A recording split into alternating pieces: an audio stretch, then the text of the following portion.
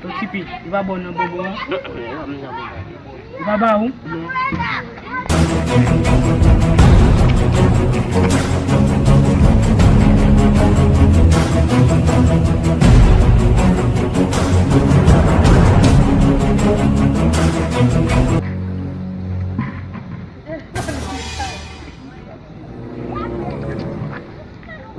Ket, e ba misye de gye biye, on gwen ek misye ye, e ba chita got misye a mande di da gye.